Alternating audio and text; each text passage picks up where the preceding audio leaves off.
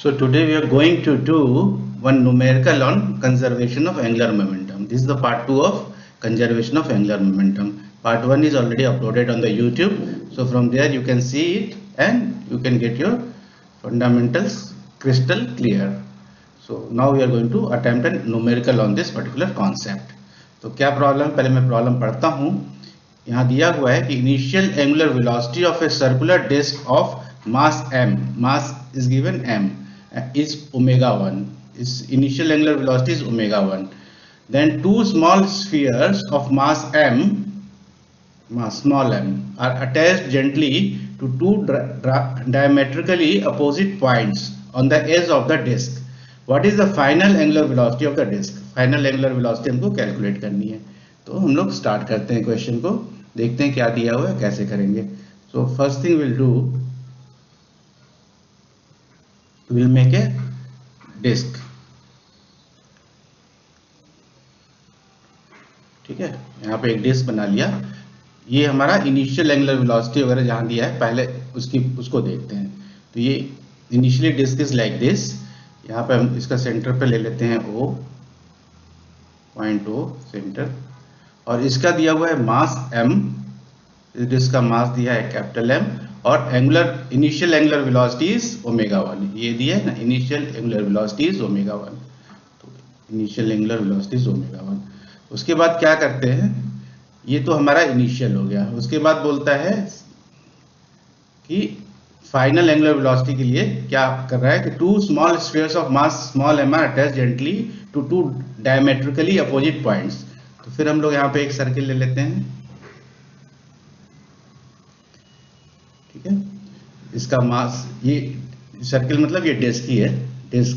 ठीक है, इसका मास m है. अब यहाँ पे क्या है, पॉइंट O, इस पॉइंट से इसके डायमीटर पे दोनों साइड में अपोजिट एक स्मॉल स्फीयर, दो स्फीयर्स, एक यहाँ पे 1 नंबर, एक 2 नंबर पे, ऐसे m मास का, स्मॉल m मास का रखा हुआ है. ठीक है, तो ये हमारी इनिशियल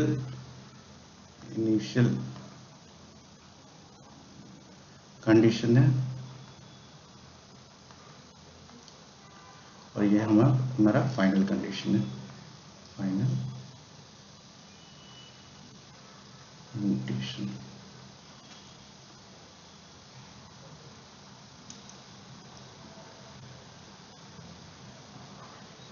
ठीक है, फाइनल कंडीशन है.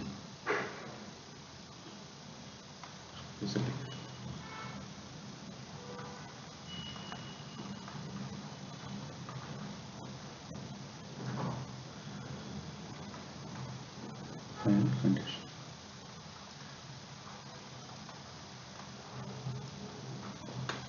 तो नाउ व्हाट विल डू, पहले इनिशियल पे हम लोग, तो इसमें देखो बाहर से एक्सटर्नल टॉर्क कोई नहीं है, external torque is 0. In this case torque external is 0. ठीक है, कोई टॉर्क नहीं है.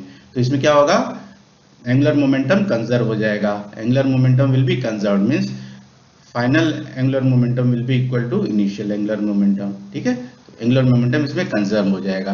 तो हम लोग पहले इनिशियल एंगुलर मोमेंटम निकालते हैं. Initial angular momentum Li calculate करने के लिए क्या हमको मालूम होना चाहिए, I1 और ओमेगा 1. तो इसका पहले इस डिस्क का, जो ये डिस्क है, इसका हमको moment of inertia I1 calculate करना पड़ेगा. तो I1 will be equal to, हमको मालूम है ये half mass into r square. हमने क्या किया, यहाँ पे इसका रेडियस r ले लिया, एज्यूम कर लिया कि radius of the disc is r. r is the, let r is the radius of the disc. ठीक है, दिस इज वेरी इंपॉर्टेंट, ये मैं आपको एक्सप्लेन करूंगा अभी. पहले हमने r एज्यूम कर लिया कि r is the radius of the disc. तो यहाँ भी r हो जाएगा रेडियस. ठीक है, r डिस्टेंस पे O से, first sphere will be at r distance and second sphere will be also at r distance, radius पे रहेगा.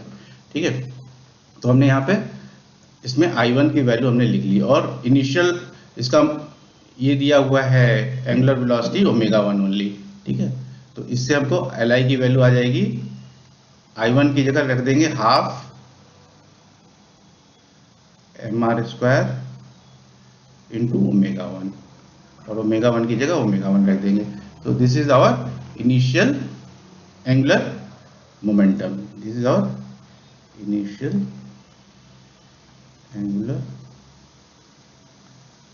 मोमेंटम। हम लोग इसको इक्वेशन 1 बोल देते हैं। अब हम लोग यहाँ पे देखते हैं फाइनल कंडीशन में एंगुलर मोमेंटम कितना रहेगा। तो यहाँ पे देखो, यहाँ पे भी क्या है, हमको कैलकुलेट करना होगा फाइनल एंगुलर मोमेंटम I2 ω2, ठीक है।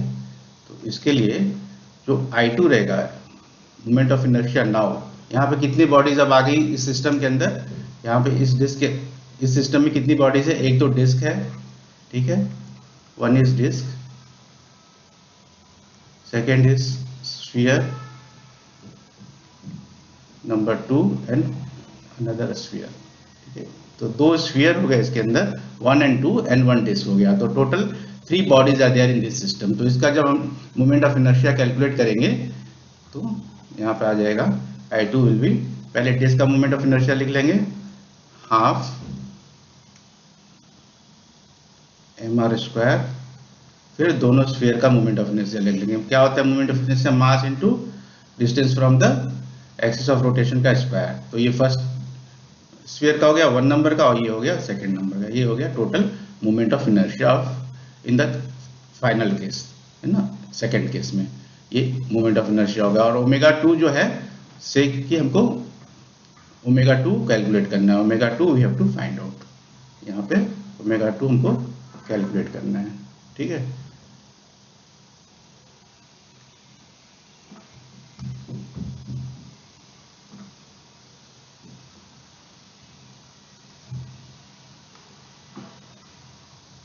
ω2 हमको कैलकुलेट करना है। तो यहाँ पे फाइनल एंगुलर मोमेंटम क्या हो जाएगा, I2 इंटू ω2, I2 की वैल्यू यहाँ पुटअप कर देंगे, भी ऊपर लिखा हमने, I2 will be equal to, bracket के अंदर लिखते हैं हाफ mr² प्लस mr² क्या हो जाएगा, 2mr² हो जाएगा, ठीक है। This m is small m, this is capital M, and ω2 की वैल्यू ω2 हो जाएगी, ठीक है। अब हम लोग क्या करेंगे, जैसा कि मैंने यहाँ लिख रखा है, इक्वेशन 3 इसको बोलता हूँ। इक्वेशन 3 में final angular momentum will be equal to initial angular momentum, ठीक है। तो इक्वेशन 1 और 2 से, ये इक्वेशन 2 है, 1 और 2 से वैल्यूज, इक्वेशन 1 एंड इक्वेशन 2 से वैल्यूज इक्वेशन 3 में रख देंगे। तो रख दो, तो यहाँ पे है फाइनल एंगुलर मोमेंटम की वैल्यू कितनी आई है, half mr² plus 2mr² into ω2, ठीक है, is equal to half mr² into ω1, equation 1 से। ये दोनों को हमने इक्वेट कर दिया, क्या किया, LF is equal to LI कर दिया, मतलब angular momentum final is equal to angular momentum initial. This is the because of conservation of angular momentum. यहाँ कंजर्वेशन ऑफ एंगुलर मोमेंटम हो रहा है, कंजर्वेशन ऑफ एंगुलर मोमेंटम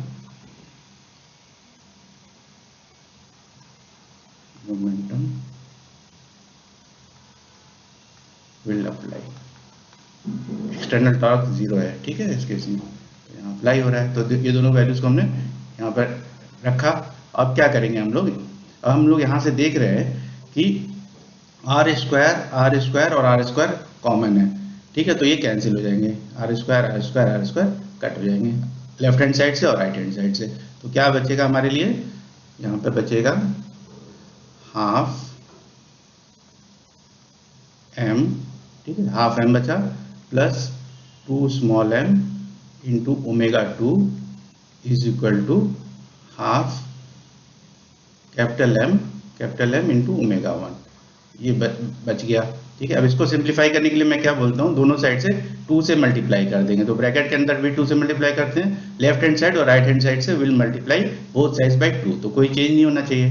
तो 2 into 1/2m, ये bracket के अंदर मैंने मल्टीप्लाई किया, 2 इंटू 2m ओमेगा 2 और इधर भी 2 से मल्टीप्लाई किया, 2 into 1/2 m omega 1. This we are simplifying the equation.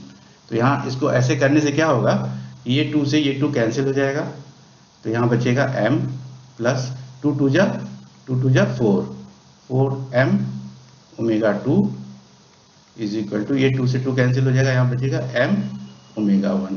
अब हम लोग सिंपली ओमेगा 2 की वैल्यू कैलकुलेट कर लेंगे. Omega 2 will be equal to, ये जो पूरा फैक्टर है ये इधर जाके नीचे चला जाएगा, m upon m plus 4m into omega 1, and this will be your answer. ये जो हमारा ये आंसर हो जाएगा.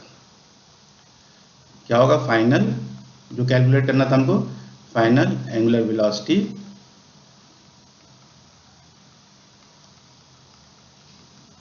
Omega 2 will be equal to m upon m plus 4m, small m है ये, m plus 4m into omega 1.